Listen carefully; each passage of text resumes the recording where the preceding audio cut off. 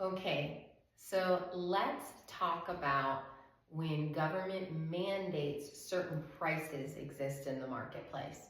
This can come in the form of keeping prices really low, which is known as a price ceiling, preventing the price going above a certain ceiling.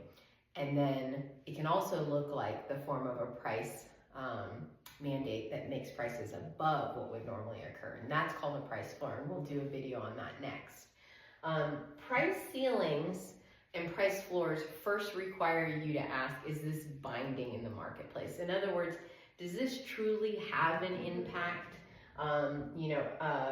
Price ceiling that is below P star will result in implications in the marketplace. But a price mandating that prices don't go above a price above P star, it wouldn't have an impact in the marketplace because it would not be binding. And so, mandating that the price of gum doesn't go above $100 a pack isn't going to change the marketplace. But we're going to look at scenarios in which the government definitely has changed the marketplace. Specifically, we're going to talk about rent controls. Rent controls historically have been a government response to a problem of very high rental prices that push out certain types of people in the marketplace. So in this scenario, we're going to say that this rent control is binding, meaning normally folks would be facing a higher price for their rent at P star. Q star would be the number of apartments rented in this area. And for whatever reason, government has decided that that price is too high. And so they force a lower rental rate in the marketplace. Now, the first thing that's going to happen is that you're going to find that suppliers, so landlords, they're not going to want to rent as many apartments at that new mandated lower price. But then what's also going to happen is that a lot more people are going to want to rent apartments. In fact, more than what existed under free market circumstances. And this means that there's a difference between QS and QD. This is the amount that renters want, and this is the amount that is provided. Whenever suppliers and demanders disagree about how much to trade, whoever wants to trade the least wins. And that's because as soon as they trade what they want, they walk away from the market. And that's exactly what's going to happen. So I want you to envision this big old wall at QS. As soon as landlords rent out the number of apartments or the number of rooms they want to rent out, they just don't put any more up in the marketplace. Now, what's tricky about this analysis is that a lot of students think that P ceiling, that low mandated government rate, is what exists in the marketplace. But in fact, what occurs is that now there's competition in the marketplace for a very limited supply of apartments.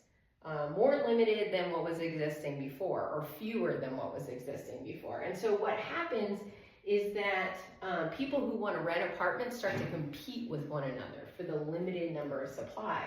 And so what happens is that those competitive activities actually push the effective or real price of renting an apartment up far beyond what existed at P star under free market circumstances. It continues to push up until this wall intersects with the demand function. We go all the way up to the consumer's willingness to pay. And this new price is actually often called the price ceiling plus competitive activities. Now, what do those competitive activities look like? Well, sometimes you have to submit an application fee in order to be considered to rent an apartment. Sometimes it's in the form of standing in line or using your connections. Sometimes these can come in the form of discriminatory practices. Sometimes it can come in the form of lots and lots of searching time. So maybe you have to hire a realtor to take you around to just help you find an apartment to rent. This certainly happens in places like New York City. All of those costly activities go into the true price consumers actually have to pay in order to gain this limited supply of apartments. And so what happens is we consider all the true costs, including time costs, including application fees, into the true price that gets charged in the marketplace. So in fact, what happens is that this high price up here, that P ceiling plus the competitive price, that's the amount that actually consumers have to pay. So that's kind of akin to PD in the marketplace. So I'm gonna just scoot this over so you can see. So that's kind of akin to PD in the marketplace. And so that's the price that consumers actually have to pay in order to gain access to those limited supplies of apartments. But depending on the circumstance, that might not actually be the price that the landlords get. And we'll talk about the different circumstances under which they can, landlords can get some of that. If it's in the form of an application fee, then absolutely some of that is gonna go to the landlords. But if it's just in the form of you waiting in line and spending a lot of time searching and having to get a better credit score just to rent an apartment, then this is just dissipated into the marketplace. So now, once we have that analysis, we can go into analyzing what happens to total welfare gain as a result of the existence of this marketplace. So under free market circumstances, just like before, consumers get the price in the marketplace out to the quantity traded, up to the marginal value. So they get A, B, and C. Under free market circumstances, producers get the price in the marketplace out to the quantity traded, down to the marginal cost, D, E, and F. And that's reflected in this first column, okay? This first column. Conversely, under the price ceiling scenario, let's look at consumer surplus. So the consumers actually have to pay all the way up to that price ceiling plus competitive activities. So they pay all the way up here, okay? And the quantity traded in the marketplace is only QS up to the marginal value. So their consumer surplus shrinks by a lot. It shrinks all the way to area A. And they lose B and they lose C. Now let's look at what producers get.